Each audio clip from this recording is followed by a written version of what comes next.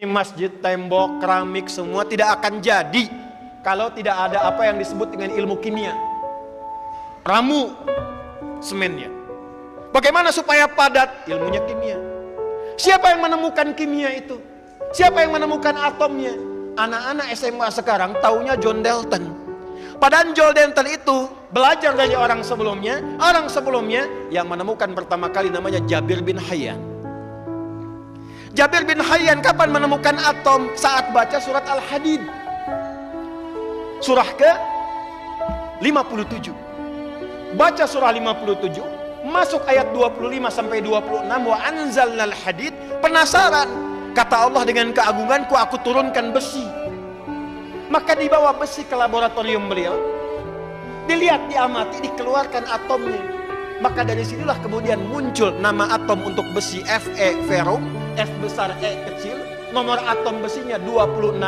Besi itu, atom itu punya isotop. Isotop itu menjaga kestabilan atom supaya kokoh.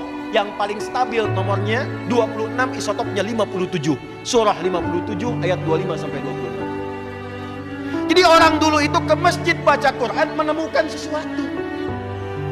Orang sekarang ke masjid baca Quran pulang kehilangan sendal. Jadi ada sesuatu yang harus diperbaiki di situ. Ibnu Sina, Bapak Ibu uninga Ibnu Sina? Avicenna? Avicenna itu ahli Quran, hafal Quran, tahu tafsir. Jadi dokter muda otodidak usia 15 tahun. Tapi bagaimana beliau bisa pintar seperti itu? Datang ke masjid. Sudah sangat terkenal. Kalau lupa datang ke masjid, sholat 2 rakaat langsung ingat apa yang ingin diingat. Tapi orang sekarang lebih hebat. Baru takbir sudah ingat semua yang tidak ingin diingat. Itu kata Nabi itu. Ya, kata Nabi, kalau ada orang mau sholat, nanti ada setan khusus yang akan menggoda, namanya khanzab. Hati-hati. Wa idza kabbara, kata Nabi, jika orang sudah bertakbir, fayaqulu syaitanu, maka setan akan menggoda, uzkur kada, uzkur kada. Itu setan khanzab, Pak Nabi. Kalau nggak percaya silahkan. Nanti begitu mau Jumatan, kita mau takbir masih fokus nih. Tapi begitu mulai takbir, Allahu Akbar. Kita sapi nu dipencit kamari ilaha bade dituangna. Ikannya bagaimana? Jemuran dijemur seperti apa? Handphone belum dijawab, status belum diupdate. Itu baru takbir. Hatta la yash'ural musalli kam raka'atan yusalli. Sampai ada orang yang sholat lupa berapa rakaat dia sedang menunaikan sholatnya. Ada yang begitu? Ada yang begitu? Tuh wajah-wajahnya banyak tuh. Jadi orang dulu itu masuk masjid dapat sesuatu. Imam Al-Bukhari kenal? Kenal di mana ibu? Hanya di Limbangan di Masjid Al-Khudari ada ibu-ibu kenal Imam Bukhari itu. Nama aslinya Muhammad. Nama aslinya siapa? Punya bapak namanya Ismail. Punya kakek namanya Ibrahim. Jadi Muhammad bin Ismail bin Ibrahim. Punya buyut namanya Al-Mughirah. Punya setelah buyut apalagi itu Pak? Al-Bardizbah. Muhammad bin Ismail bin Ibrahim bin Al-Mughirah Al-Bardizbah Al-Ju'fi, tinggal di kecamatan Ju'fa, Kabupaten Bukhara, Provinsi Khorasan, negara Uzbekistan sekarang.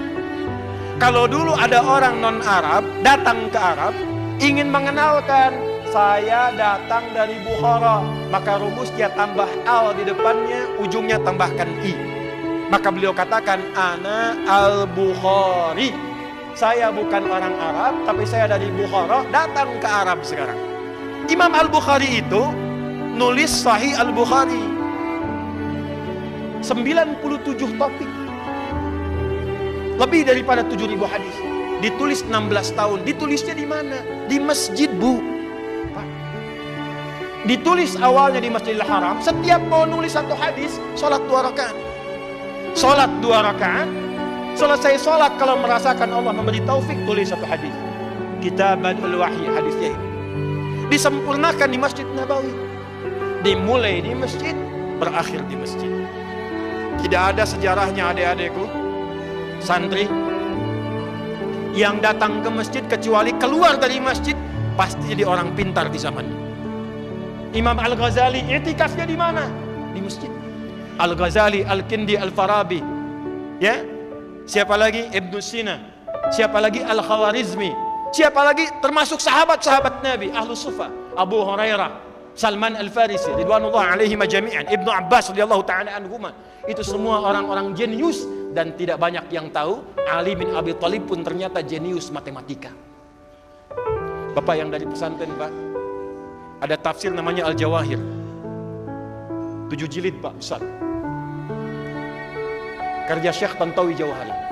Buka jilid yang terakhir, itu ada bab tentang matematika Qur'ani. Salah satunya adalah bab matematika yang mengacu pada petunjuk sahabat Sayyidina Ali bin Abi Thalib radhiyallahu taala anhu.